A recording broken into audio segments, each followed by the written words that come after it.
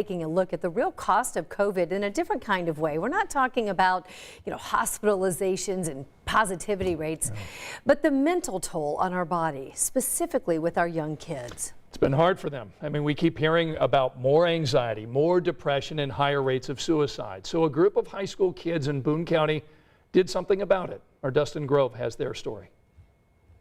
Because of COVID and everything, we've all been so alone and shut off for such a long time. And when they finally did come back to school last year, these young ladies from Western Boone Junior Senior High School in Thorntown said something was different. The school was more quiet, and the kids weren't as outgoing as they used to be. And it's not just them. Around the world, studies have shown children's depression and anxiety rates may have doubled during the pandemic. The American Academy of Pediatrics and the American Academy of Child and Adolescent Psychiatry both call it a national emergency. We're seeing this in our offices and in our hospitals.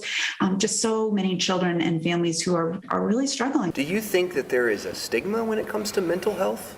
Absolutely. I think that people are just scared to talk about it for some reason. It is a tough subject, but I think people are scared to admit that they have a problem just because people are going to be like, you're weird. So at Western Boone, Jaden Mays and her classmates decided to do something about it. We really wanted to make a change in the school. They teamed up with the nonprofit Bring Change to Mind to help provide better resources for students who may be struggling. And started the school's first ever mental health club. And we had 73 students show up to the first one. And for a small school and a rural school, in an area where it is so much more harder to get those mental health resources, that's a big number. How important is it, you think? Very.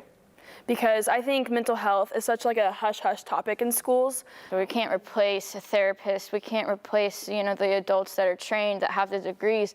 But our only goal is to help, is to provide another outlet for kids where they feel safe to talk to other kids. And we will be continuing this critical conversation tonight at 11. Mental health experts will be weighing in on what they're seeing, how to talk to your kids about this, and how to get them help if they need it. We also have lots of online resources right now at WTHR.com, and you'll get a chance to ask questions of your own tomorrow. We'll be having a live conversation with mental health experts tomorrow at 1 p.m. It'll be on our WTHR Facebook page, and we would love to have you join us.